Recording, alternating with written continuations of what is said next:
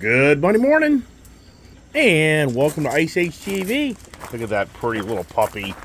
Yeah, welcome to the Internal Combustion Engine Age YouTube channel that talks about all my cars and trucks and motorcycles, SUVs, my car addictions, motorcycle addictions, the doggies, the daughter, the life. Morning there. Appreciate everybody tuning in to my channel. It's Monday morning. Thanks for being a subscriber and the support, the nice comments, and wow, here we go. Here we go. No. Don't know what's going on here. Wow. So the dogs are barking at something like somebody's taking something. Somebody taking something? Is that my guard dogs? Wow, I just can't get over how, in so many aspects, we're in a drought, but we get these rains here and there. I mean, heavy torrential rain, just, short rains. And my grass, I can't stay on top of it. I mean, literally. If I cut grass today, within 3 to 5 days, it'll need to be cut again. Wow, there's the Dodge Charger. Boy, that thing just sits all the time, doesn't it? When last time I drove that thing around? Those cars are so nice until you get taken to jail driving the damn thing. I mean, I've had my moments. I've had my moments in these cars where they're just so powerful and so fun. And the things that you do with them, wow. Yeah, what am I taking today? Yeah, the word taken, take, T-A-K-I-N-G. Well, that's the word of the day. That's the conversation of the day. What am I taking today? And hey, got the shop cleaned up. Finally had some time in all my other adventures. If you watch my channel, you'll know what's going on with that. Finally got the bench. All my bench is cleaned up. It's just never-ending clutter and junk. And yeah, I mean, everything. Got this one cleaned up. Got this one down here cleaned up. Just kind of got things back in order. And here's all the bikes. I'm down 2 bikes, which this is really the look I was looking for. If you watched my channel over the weekend, you'll understand that, yeah, there's 2 Indians missing. The Indian hat, where's all the Harley talk, right? I'm sure some people are like, wow, just like an Indian. He's a traitor. Were the Indians traitors? I don't think they were. So, we're down 2 bikes here, and what happened to that? Well, if you watch my channel, you know exactly what happened. I took them down to sell them, and that didn't play out. What ended up playing out is I ended up buying 2 new ones. You really should just look at my channel and see the videos. All right, office, get the morning going. It's the Monday morning routine. The week is upon us. Kind of warm, kind of humid, not too bad. Got to do a concrete job, which I've been trying to put off to do because it's just been so hot. It's just so hot.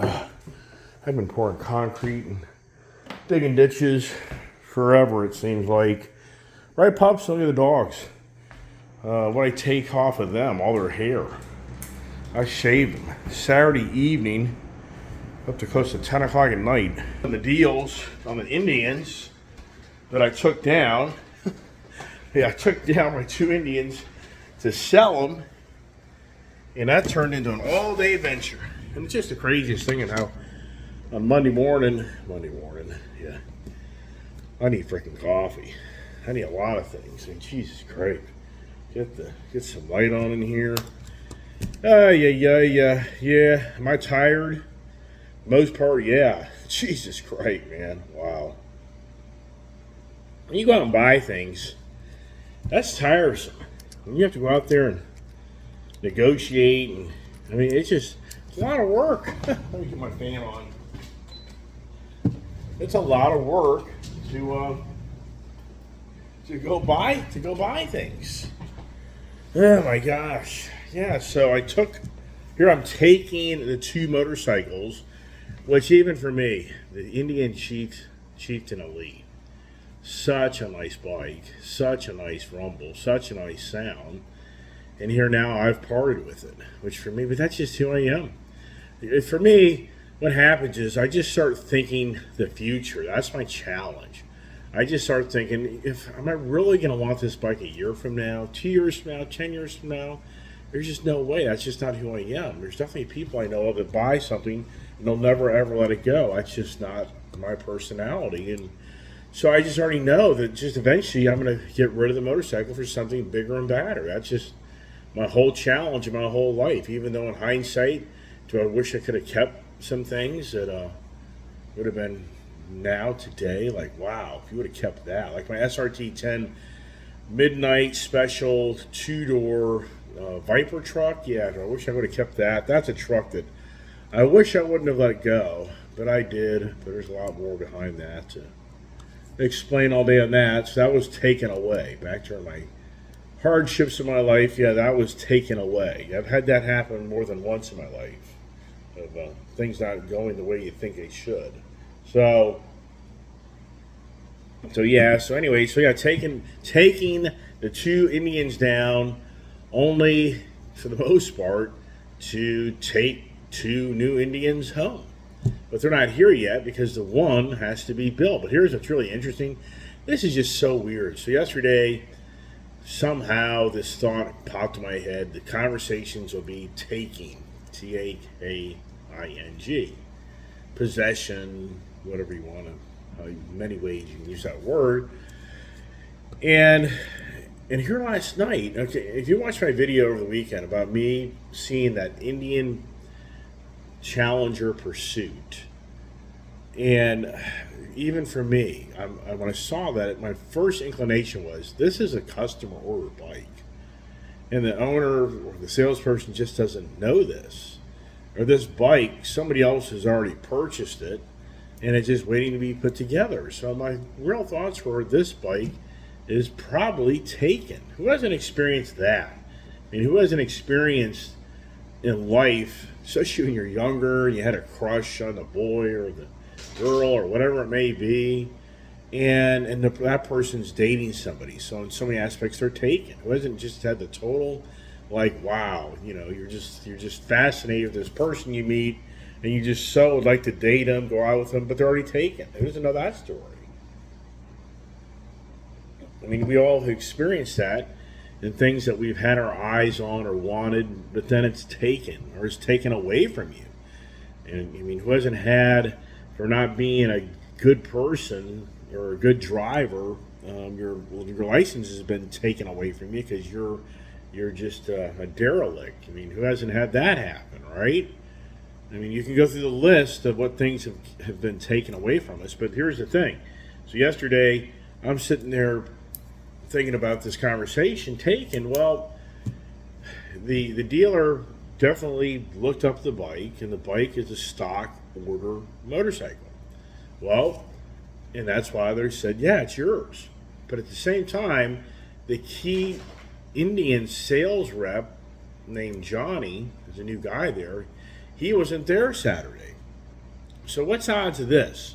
Some person late yesterday evening, about 7 o'clock, posted on my video of me down there at the dealership that motorcycle's already taken. And I'm like, wow, is this somebody that's really sincere about that? Is this somebody that knows something about that motorcycle that I don't know, that's local here? And so I responded back to the person who bought it. And of course, the person never responded. I think they were just playing with me because when you have a YouTube channel, you get lots of different views and comments, the good and the bad. So, yeah, so to me, I was like, you know what? It would not surprise me at all that Tuesday I get a call from the owner, hey, that bike was actually sold to somebody else, but the Johnny sales guy never followed the proper procedures and put it in there because he's a newer guy, but that bike's already been sold to somebody else. Wow. It wouldn't surprise me that if I have a whole video that bike's already been taken. Wow. All right, now, would I say that's probably going to play out? I doubt it. But at the same time, that motorcycle, and it's once again, if you're not the motorcycle enthusiast of Indian or Harley or the whatever brand it may be, the Honda CB650R, that Honda CB650R I bought my daughter, that's a hot item. Dealers don't get them in much. When they get them, they're pretty much gone. And so the whole point of that is they're taken. But you try to tell other people that, oh, that that vehicle, whether it be a car, or motorcycle, truck, SUV, whatever it may be, that item just doesn't pop. That item just isn't dominant in the marketplace. It's a hard item to get. But for the really people who are abreast to it, they just think that's malarkey. That's baloney. It's just a setup. They're intentionally doing that to you just so you pay premium price. Yeah, well, when every dealer kind of has the same story, that's right. I mean, now only Stike dealers don't have story. Yeah, they are playing with you. So even like the Harley Davidson CVO that I bought, I've had many people, and it's not a lot, but I've had select comments that I was ripped off. I was basically taken. I mean, who hasn't had that? Who hasn't had that happen in their life, where you go to the car dealership, or you go to the store, or whatever material item or good, or it could even be a relationship, that you feel like you got taken, meaning that you feel like you got the wool pulled over your eyes, that you were persuaded to think one thing, but it really was not what you thought it was, or the discussion. I mean, everybody's experienced that yeah, I got taken. Then it's meaning it's the real message is that person's not trustworthy, that what they did to me. And so many people on the CVO Road Glide, many people think that I paid $50K for the bike instead of the 43. Most people are assuming that I paid 5, 10 grand, 20 grand more for that motorcycle, which, yeah, I'm out instantly. I'm like, nah, I'm not interested. I'll just sit it out and wait till the market calms down. Who hasn't done that? I'll take my time on that. I'm not taking that home. And then people think I got taken on my trades on my Harley Davidson CVO that I traded in the 2019 and the Fast Johnny. So like one individual yesterday was commenting that I could have gotten $10,000 to $15,000 more for my Harley trades had I sold them on my own. So a lot of comments sometimes you just have to ignore them because it's just it's whatever. So in this situation, I said, let's just evaluate this. Let's just assume that since I've got $32K for my Harley Davidson CVO Limited 2019, that if I remember right, I think I paid $36,999 or maybe $37. I'm just going back from last year in September of what I paid for that CVO Limited. And we'll just say 38 grand just for the heck of it for that motorcycle. And they gave me 32. All right. So, but the bike is now a model year later, and now it's really the outdated CVO by all means. So I responded to this person. I said, if you think this through, they gave me 32. Could I get 36 in the market, 37 in the market for that CVO on my own? I would say it's possible. I would say, it's probably could if I want to set it out. And so, okay, so let's just say then I got $3,000 to $4,000 more for that motorcycle if I want to go set it out and try to sell it on my own. And on the Fast Johnny, that was a $36,999 motorcycle. That's what I paid for it, and they gave me 31, and that was a pretty big hit because it was so fast. I bought it in June, and here I turn around and give it back in August. The downside is they already had they had Fast Johnny sitting around. So the problem for them is they're not blasting off the floor. If they were, he'd probably be giving me 32 for it, probably. But in the used side, you as an individual, are you going to get taken on the used motorcycle that you're going to pay $36,999 for the used one when there's a brand new one right next to it? So the owner already knows, or the GM already knows, that the odds are they're going to have to put that bike out on the floor for like $34,999. It'll be $2 grand less than a brand new one. So for me, if I tried to sell a Fast Johnny on my own, and let's just say I could get 34 for it, there's $3 grand. So in both those scenarios, there's $6 or $7 grand more that I maybe could have gotten out of those two bikes. And I said to him, but let's just play the devil's advocate and then I'll just go your numbers.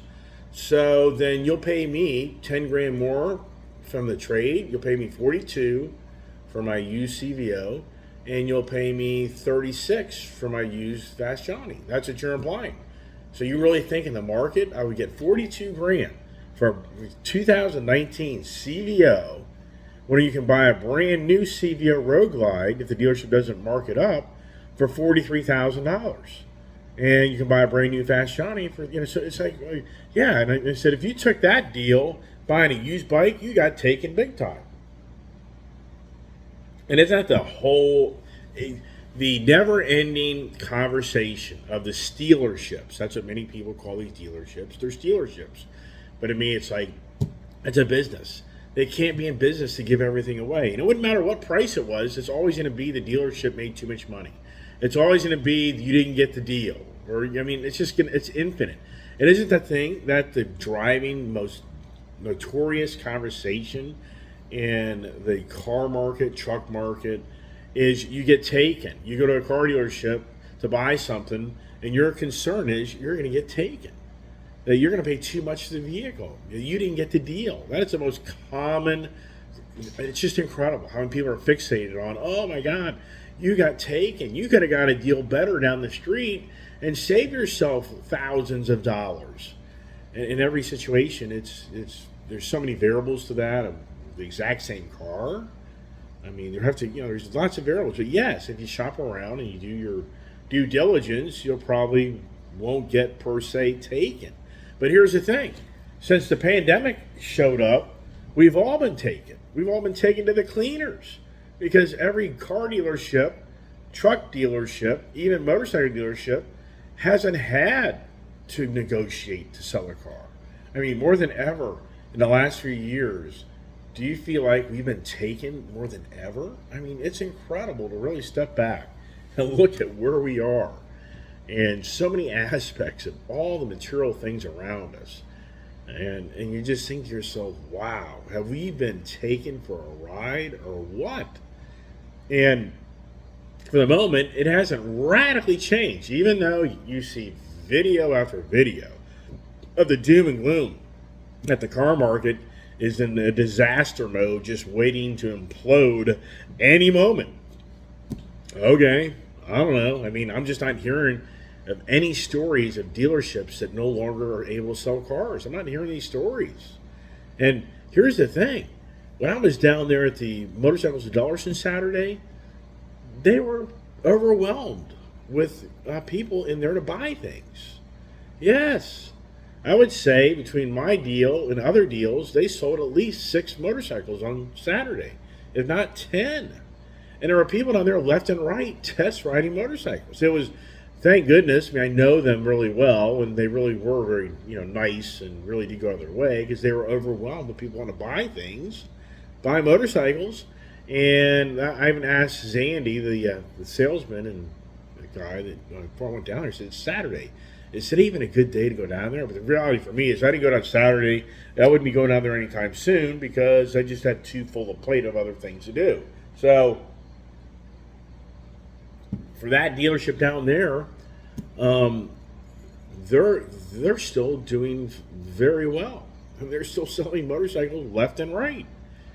And then I said about this yesterday in my Sunday morning conversation, same thing down there in Tennessee at Friendship Motorsports Indian, Polaris, now Triumph, Kawasaki, Royal Enfield, same thing down there in Bristol, Tennessee, State Line Indian or Friendship Motorsports, overwhelmed with people there wanting to buy things.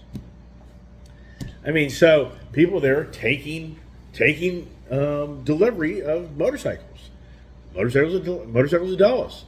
People there taking delivery of motorcycles. I mean, wow.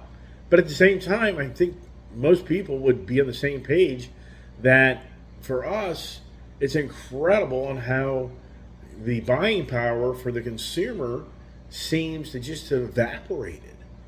I mean, because of everything's gotten so expensive. And then there's just no negotiation.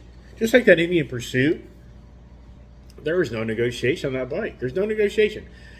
And this dealer here, I mean, the Indian side dealers There's still the guys that charge setup and freight, and so there's $2,000 more tacked onto this bike of the setup and freight. Okay, and so am I going to be able to overcome that bike?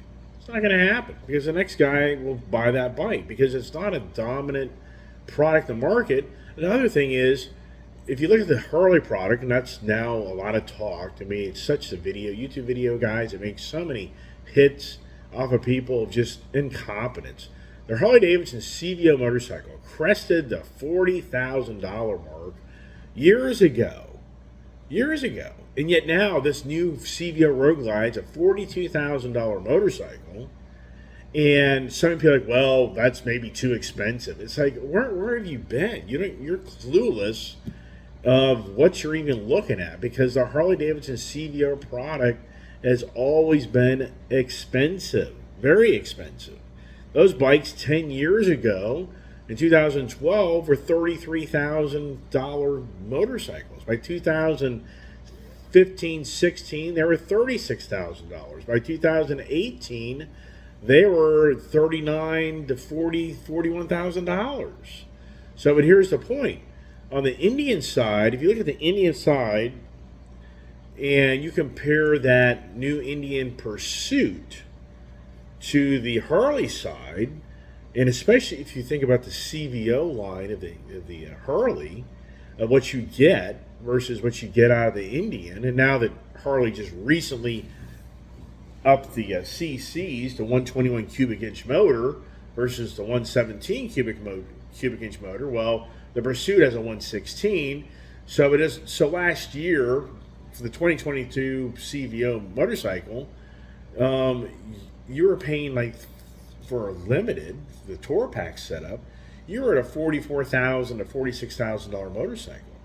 Well, the Indian Pursuit is like a 33, it's like $33,999 motorcycle. So it's basically like 10 grand less. The whole point of that is, for what you get out of an Indian in comparison to a Harley, you're saving yourself a lot of money. So for somebody who goes to the Indian dealer and has to pay the setup and freight, you're still miles ahead of the Harley, and you're getting every bit of as good a bike, but in so many aspects a better bike. I mean, I've talked about this numerous times. What you get out of the Harley product is it's just the community, the dealership infrastructure. That's another thing that people don't understand about a lot of these Harley dealers is they don't take used non-branded motorcycles. So I even just about traded that Super Chief in towards that CVO Road Glide, but the number was ridiculous. It was 10 grand. But he told me, it's like, all I'm going to do is take that bike and send it to auction. They can't sell it. In Harley's agreement with I think a lot of dealers, they're not allowed to take in non-branded Harleys, non-branded, off-brand products like Yamaha, Honda, Indian, whatever it may be, and put it in their showroom to sell. They're not allowed to do that. That's, I think, a part of the franchise agreement of the newer dealerships. I think it's the newer dealerships. I think the older existing dealerships, I think they can kind of get more leeway of taking in whatever brand they want. But so that's a whole other variable that these dealerships just don't want the competition in their showrooms. It's a very smart marketing move by Harley Davidson, but you think it through. If you go to the Harley dealer today and you're in a mission bar at Harley, but all of a sudden the Iceman's Challenger Elite is sitting in the showroom, and you see that Challenger Elite, Indian Challenger Elite, is $33,000 over the brand new CVO Road Glide that's basically $43,000, $42,999. All of a sudden you're going to step back, and where all that goes to is you now get in your car and drive to an Indian dealer. So that's why Harley's like, yeah, it's a no-brainer. Very smart that they don't get the person thinking about, hey, or the person goes to the Harley dealer for the Pan Am new Enduro adventure bike, I should say adventure bike, and you're there and you see the BMW R1250 adventure bike or the Tiger 1200, and all of a sudden you step back and you start thinking, maybe I should go to the BMW dealer or a Triumph dealer and kind of look more into those bikes because I really like the way that used one looks over there. So yeah, so they don't want to be taken away from the focal point, and that's what Harley's figured out is they don't want the consumer to be taken away from their focal point of being fixated on buying the Harley product. Here's something that's interesting to take away is I was reading about Tesla's full safe driving FSD. You know, and I've talked about this numerous times about how over the years that if you own a Tesla, you're just helping feed your information of your driving habits into a main database for the future of self-driving vehicles. And so what's interesting is on the artificial intelligence for Tesla, the way they have created this self-driving capability is they don't tell the artificial intelligence that that's a stop sign or that's a crosswalk or that's a yield sign or whatever it may be, all the different things that go on in the world of or a speed sign. So apparently for the Tesla's self-driving artificial intelligence training, they don't tell it what to do. They show it what to do.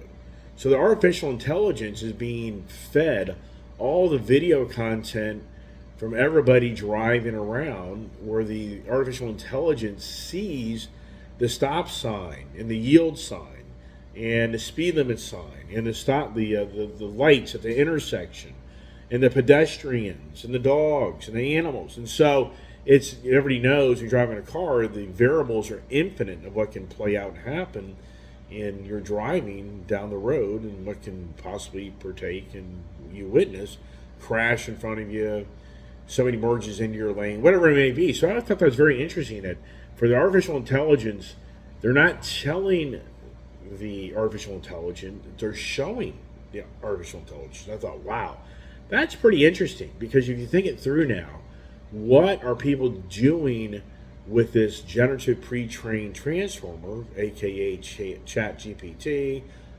OpenAI, and the list goes on? How many people are taking video content that are training the artificial intelligence? Wow. And what type of content they're even using? Wow. And then I thought to myself, boy, oh boy, is that really a really good statement of what I read about what's going on in today's society? I think a lot of us, I mean, I guess the saying, what is the saying today? You used to send your school to learn something versus today your kid goes to school to be told what to learn. I mean, that's kind of we're more of the ideology type of schooling more than ever in our society, and that's a very big concern for my generation and others. That what's going on in society isn't your kid goes to school to learn, teach something. They're going to school to be told how to think, not learn how to think, told how to think. Yeah, I need coffee, don't I? Jesus Christ. So, whole point is, wow, think that through. So in so many aspects today, with the never-ending media technology of all the video that you can watch things, so more than ever, if you think about it, what's going on with today's society is it's not necessarily that your younger generation or us in general are being told what to think per se, but we're watching what to think. Wow. Yeah, I mean, I think more than ever, that's what's going on more than ever, is everybody sees so much, video content and what they see, and subconsciously that's training them on how to look at things and think about things versus reading. Are people reading more today, or are they watching video? Are people watching things more versus reading more? And I think it's probably more watching than people actually reading. And that's where the power of this brainwashing more than ever in our society, I think, is the transformation of our ideology and just the whole ESG, economic, social governance, all that stuff. I mean, wow. Yeah, and then here you hear the never-ending conversations about the education sector, about all these people now that are trying to not pay for their what they took.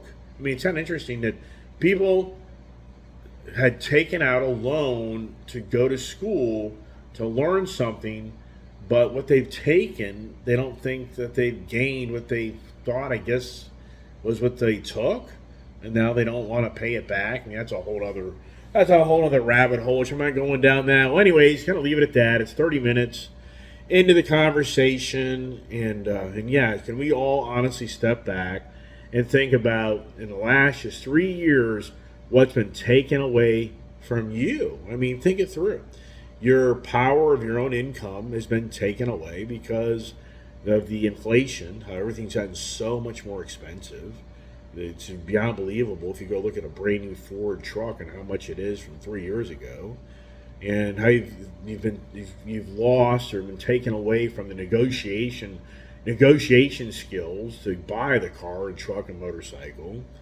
If you look at what's been taken away from us from the lawless society, you think about how the police, the LEO, law enforcement officers, how they've been taken away from their responsibilities because of the district attorneys and the politicians that have shamed them so much that they've been borderline taken away from their real job, what they're supposed to do to help protect society.